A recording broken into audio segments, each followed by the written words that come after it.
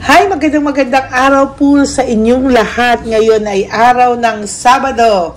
Kailangan po tayo ay maging good vibes sa araw na to. At ngayon, titingnan po natin ano kaya ang makikita natin sa araw na to. Siya ba ay good vibes today o siya ay kawawa pa rin? Tingnan po natin.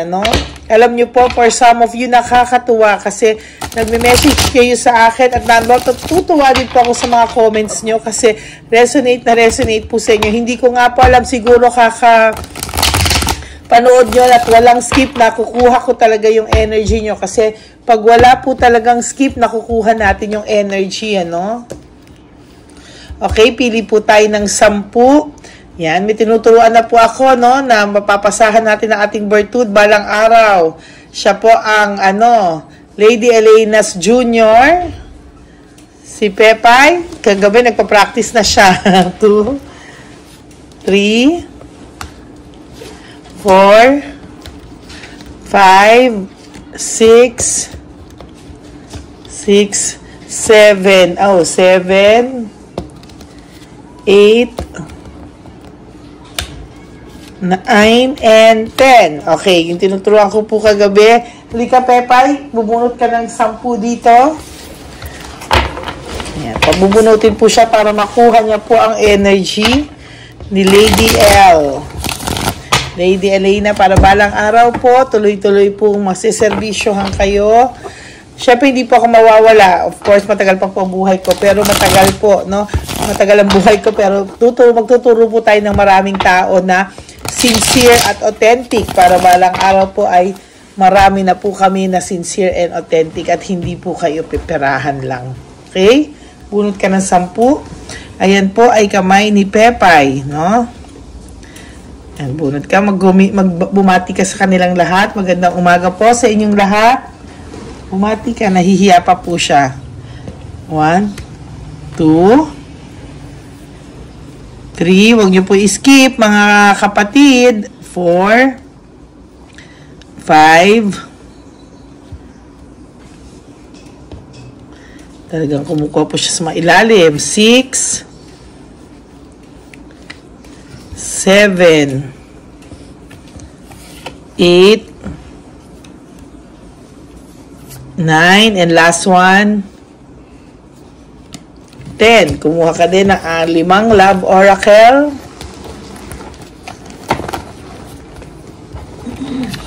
Okay. Habang ako po ay nag-ayos, kukuha rin si Pepay ng 5 love oracle,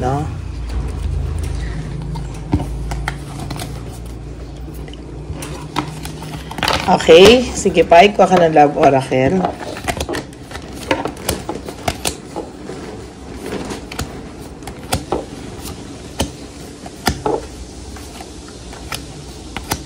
Huwag niyo pong i-skip ang energy para tayo po ay maging maayos ang connection natin. Yan, binabalasa na po ang love oracle para Pili po tayo ng 5 love oracle. Okay na yan. Pili ka ng 5. Kuha ka ng 5. Kuha ka ng 5. Para at least alam niyo pong hindi ako yan. Tingnan nyo at tingnan natin kung siya ang bumunot, ano yung makikita niya, kung same pa rin ba sa mga nabubunot ko ang energy nyo. Tinuturuan ko po yan, paano po kaya para tayo po ay dumami. Sa susunod, magkakaroon din po siya ng sarili niyang channel balang araw, hindi pa po ngayon. Kapag siya po ay ready na, itabi muna po natin dito yan. So, makikita natin sa araw ng Sabado? So, simulan po natin, buksan po natin. Oh, he or she is very emotional right now. Sa totoo lang po,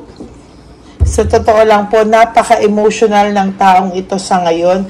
And right at this very moment, may nararamdaman po siyang hindi ka nais-nais, Okay? Parang sasabog po yung emotions niya anytime.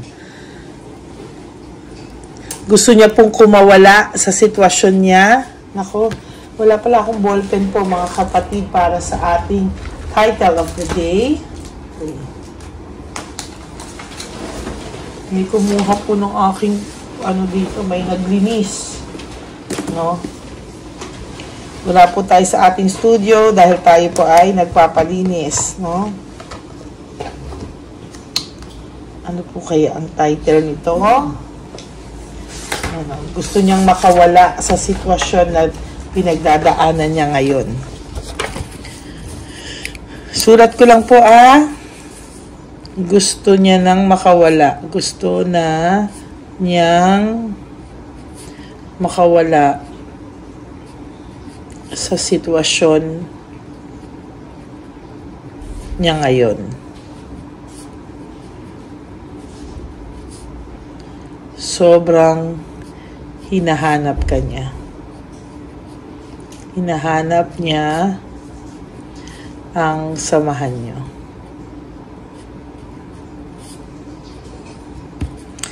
Feeling ko po yung sa mga baraha ko, no, may isa akong kaibigan nakaka-relate po kasi ito pong lalaki nyo ay sobrang feeling pogi, GGS, at talaga pong sinasabi ko marami po itong naging mga karelasyon, medyo babaero po ito at talagang gwapong-gwapo sa sarili, no?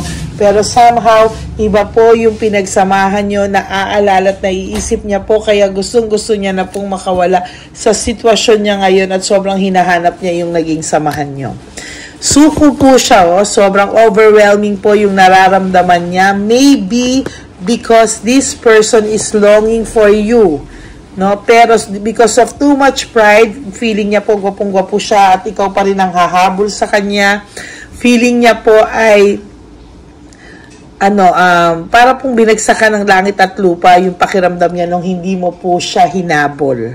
Okay? Or you, for some of you na naghabol, dumating ka rin po sa point kasi na parang nagising ka na po sa katotohanan at finally, you are slowly moving on or adjusting from the situation na wala na siya sa buhay mo. But for some of you, I feel that ang tagal nyo na pong hiwalay pero lagi nyo pa rin po siyang naiisip, lagi nyo pa rin tinitingnan, tama naman si Chabelita pala ka, ini-stock mo pa rin sila somehow and checking on them. Pero for some of you, ayaw nyo nang i-check man lang because of too much pain and trauma. Kasi yung iba sa inyo po nagsisearch pa ng mga katotohanan daw, searching for truth, but the truth is, sobra po itong sobra po itong, alam nyo na po yung katotohanan no, na may third party, niloko kayo, pero gusto nyo pa rin po, kumbaga, sadista po kayo, malaman nyo lang yung totoo, no? Ayan yun. Kumbaga, gusto mong malaman yung katotohanan. Ayan o. Kumbaga, lahat ng detalye gusto mong alamin, pero masasaktan ka po kasi Niraramdam ko lang po yung energy niya May bago po siyang pakiramdam, new feelings, lagi po nitong gusto yung pakiramdam niya po na ganyan, na gusto niya po laging feelings na okay siya, yung in love siya, poging-pogi kayo sa kanya, or mahal na mahal niyo siya, alagang-alaga niyo siya, hindi niyo siya kayang tiisin. Yan po yung gustong-gusto niya na pakiramdam. Pero sadly, nalulungkot siya kasi hindi ka na po niya nararamdaman sa ngayon. Kumbaga, parang naano niya na, wow, natitiis na ako nitong taong to, ikaw nga, natitiis mo na siya. Wait lang po, feel ko lang yung energy niya.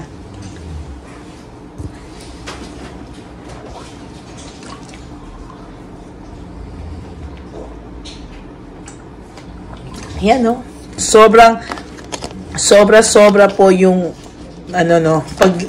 pagkahanap niya sa sitwasyon nyo, sa samahan nyo. Kasi ikaw po yung, ikaw po yung, kumbaga, naging nakasanayan na din niya, no? So, yung samahan nyo, yun po yung kanyang, tinitingnan. Now, meron ka pong anxiety and trauma because of this person. Talagang nagtatrauma ka sa taong ito.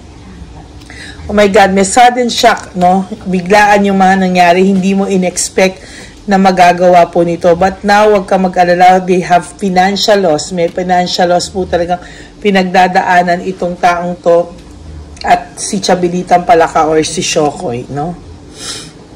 Emotional immaturity.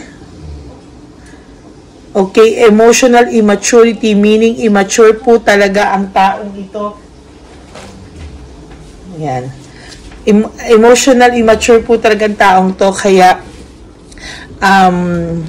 si Chabilitang Palaka ngayon, no, alam niya na hindi rin po sa kanya ito magiging ayos, hindi rin po ito sa kanya magiging loyal. Lagi po rin po kayong lagi pa rin daw siyang lolokohin. So, meron siyang insecurity and disappointment. Kaya ikaw, sa insecurity at disappointment niya, ikaw naman yung tinitira niya, no? Ikaw naman yung kanyang, ayan, no? Okay. Work, travel, magta-travel ka po, or maybe you are an OFW, or gusto mo lang mag-iba ng work environment. For some of you, go ahead. No? Go ahead po. Greediness. Sorry po. Greediness and possessiveness. Yan po ang ugali ni Chabilitang Palaka, to be honest with you. Okay? For those of you po na may utang itong taong to sa inyo, for those of you kung sino man sa inyo, yung may utang nyo kamag-anak, may utang itong taong to, I'm sorry to tell you, but hindi na po niya kayo mababayaran. Or yung mga kamag-anak po na nanghiram sa inyo, wala po silang balak na bayaran kayo. No, naghahanap po sila ng purpose ngayon sa buhay, yung mga choices daw nito. Parang sinasabi niya, mali yung mga naging choices niya. Why? Because during that time na kayo, masaya na siya, maayos na siya, pero binaliwala niya kasi lahat yun, ano? Binaliwala niya yung samahang meron kayo ngayon. Binaliwala niya po yung samahan nyo, eh, no? Teka, pinifeel ko yung energy niya. Bakit ngayon, kung binaliwala niya yung samahan nyo, ngayon, siya yung lugmok. Kaya siya ngayon, lugmok. Ay, nako.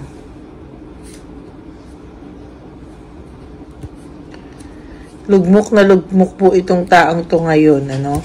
Pero, I'm sure, for those of you na magre-reach out at hihingi ng tulong, please, huwag nyo na po siyang tulungan. Hayaan nyo pong maburden siya sa sarili niya. Yan, no? Gusto po nito magtayo ng mga kung ano-ano kunwaring business or ano, pero hindi po, no? Hindi po siya magtatayo na kung ano, may mga babayaran po itong problema. At yung iba naman po, yung pinaghirapan mo, ay gusto niyang makishare pa. No? Gusto niya po na makinabang din sa mga pinaghirapan mo tulad noon. So please, wag na po. Maawa ka po sa sarili mo. You save for yourself, kapatid. You deserve that. You deserve a wonderful life. No, kaya tigilan niyo po ang maging marupok pagdating sa ganito na lahat ng problema ng taong mahal niyo ay kayo yung nagsosolve. Kailangan po sa susunod na magmahal ka, yung worth mo and yung value mo makita ng tao dahil ikaw ay beautiful person inside and out, no? Kaya ka po laging sinasaktan because you're too giving, no? Kailangan medyo mag-adjust ka rin po doon, ano? Out of touch kayo ngayon, pero someday, sabi ko sa iyo, magre-reach out ang taong ito sa iyo. I tell you, no? Magre-reach out po ito pagka dumating yung point na hindi mo na siya, parang basta darating po, nararamdaman ko po na darating po yung point na magre-reach out po sa iyo yung taong ito. Kasi gusto niya na talagang kumala. Pero, ayan, no? Yung nagtaong nag-reject sa inyo, oh, ayan, no? Siya ngayon yung may resentment, no? Rejection and resentment. Nireject ka po niya, pero may resentment po siyang nararamdaman sa ngayon. Siya po ang sumira sa maganda niyong samahan, no? Sa mga pinuun niyong pong pangarap. Ayun, ayan, no? Sinasabi ko sa inyo, there will come a time that He will reach out to you. Reaching out, oh. Sabi ko nga po sa inyo, yung energy ko po, ay nagtutugma sa aking cards, no? Kaya someday, sabi ko, nararamdaman ko magre-reach out tong taong to. Sabi ko nga sa inyo na basta nararamdaman ko talaga magre-reach out to. And yet, ayan, lumabas po sa barahan natin na magre-reach out po talaga siya. No? Bored na bored po ito kay Chabelitang Palaka. As talagang ngayon ay he's really bored, or he or she is really bored with Chabelitang Palaka or Shokoy. I can't make you happy. According dito, ang nabunot po ng aking tinuturoang anak-anakan, I can't make you happy. Hindi ka daw po niya napasaya. Or napasaya ka niya, pero yung talagang deep happiness, binabawi rin sa lahat ng pains na binigay niya sa iyo nung huli. I have to let you go to find myself. Ang dinahilan niya po sa iyo ay, alam mo yan, para sa sarili niya, no, na kailangan niya ito, no, kumbaga kung ano-anong dinahilan niya sa iyo. But the truth is, nadloko lang po talaga siya. I need to figure myself out. Ngayon po talagang nag-iisip-isip to. Sabi ko nga sa inyo, gusto niya kumawala sa sitwasyon niya. Nag-iisip siya paano. Kasi sobrang hinahanap-hanap niya yung samahan niyo. Kasi napakasarap daw ng buhay mo, ng buhay niya sa iyo. Please do what is best for your heart. Ngayon, iniisip niya na sana somehow you are okay. Okay ka lang daw sana. But he or she has sexual desire. Kaya po, most of the time, I tell you, for those of you na bigla ka na parang hihina ka, para ka magkakasakit na wala ka namang nararamdaman kahit na ano, no, pinapantasya ka po ng ex-partner mo pagka ganon. Okay, so there you go. That's our first reading for today, Saturday, no? I will be back later for another reading, but I'll make sure po na magkakaroon po kayo ng ilang readings for today. Okay? Maraming salamat po to all my Lady Elena friends, family, and subscribers. I love you all from the bottom of my heart. Maraming salamat po sa inyo. For those of you who wants to have a private reading with me, you can message me po at Lady Elena, that's Ladyly, Elena, no? Yan po ang aking official and only legit FB account. Okay? Ano pa ba mabiling sa inyo? Please don't skip ads po. Tulong nyo na po sa akin. And for those of you who wants to give me a super thanks, maraming salamat po. I would really appreciate that and love that. Salamat po ng marami. Okay? Maraming salamat. To all my Lady Elena friends, family, and subscribers, don't be sad. Life is short. Don't make it shorter. Let go and let God write your life and love story. Okay? Surrender everything to the divine universe and He will never let you down. Okay? Maraming salamat po and have a wonderful Saturday ahead of you. I will all see you again on my next reading later. At huwag po kayong malulungkot. Good vibes lang po. I love you all and God bless you. Bye!